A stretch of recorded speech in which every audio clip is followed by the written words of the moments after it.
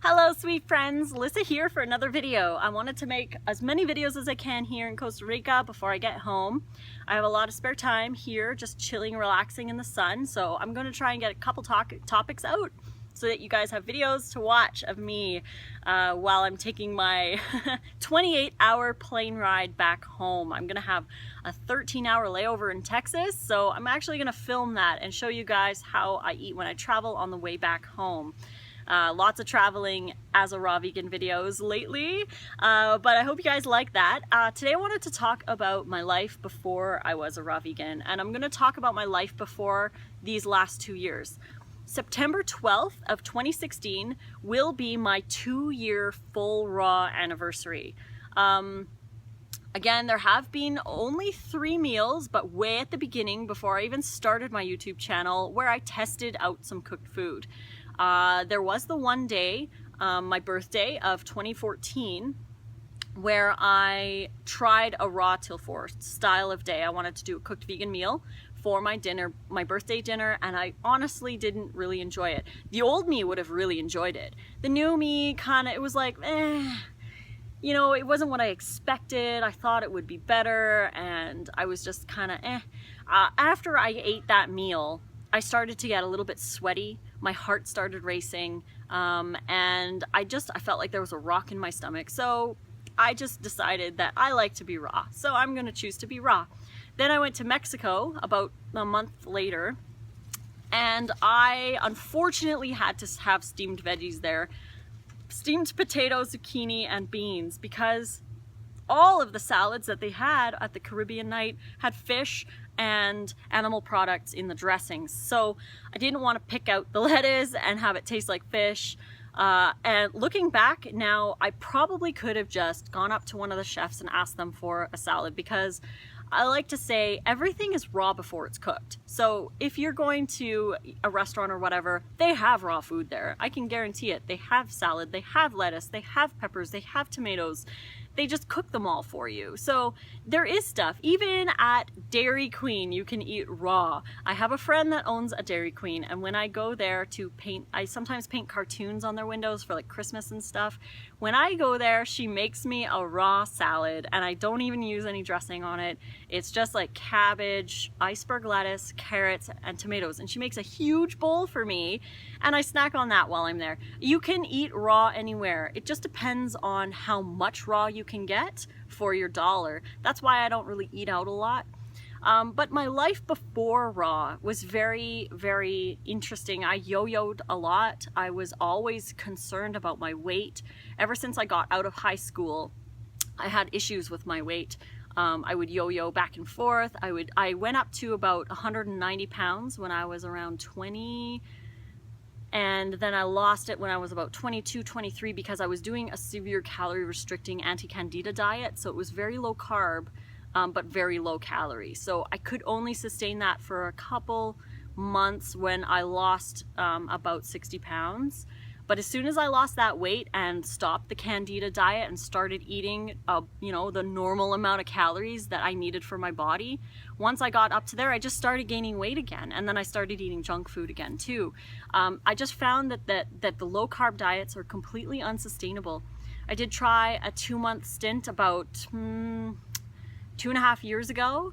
I did a low carb, super healthy, and looking back, that was the healthiest that I was in my life in the last 10 years, I think.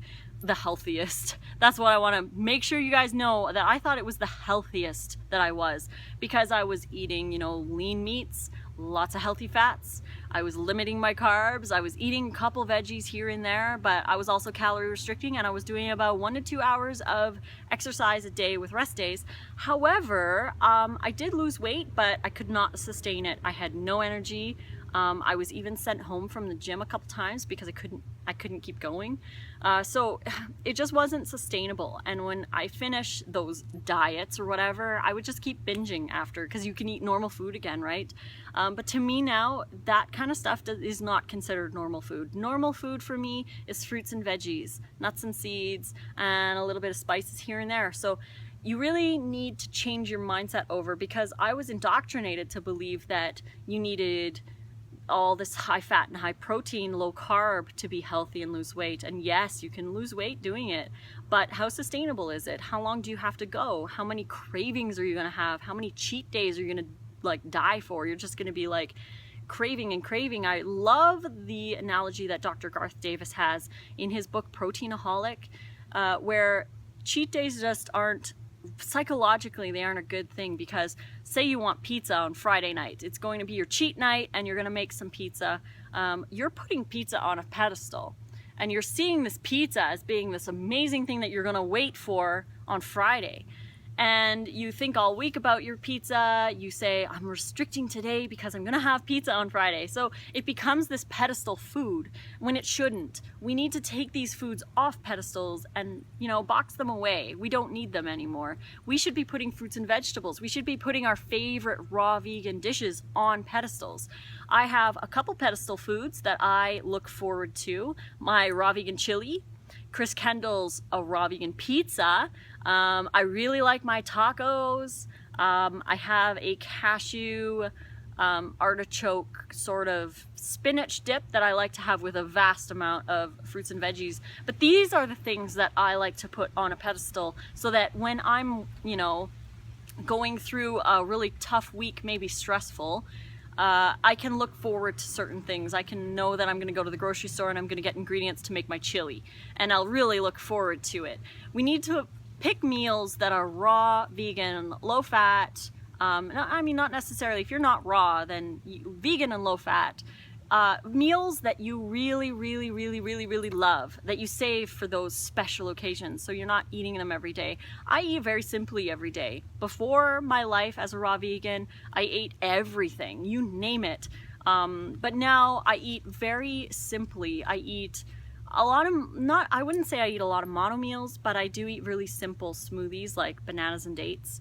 I snack on a lot of bananas. Sometimes I'll just wake up and I have a bunch of like 4 or 5 bananas and I just sit at my desk and eat those.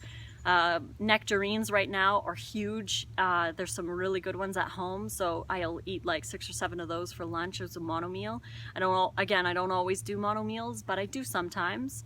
Or I'll make a fruit bowl with various things. I'll make a watermelon smoothie if I can find some cheap watermelon.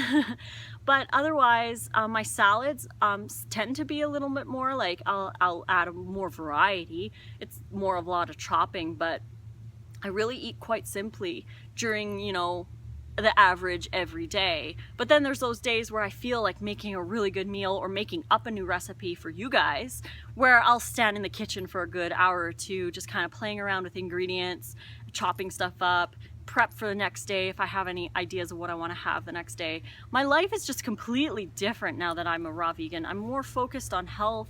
I'm more focused on feeling amazing. I'm obviously way more focused on helping you guys.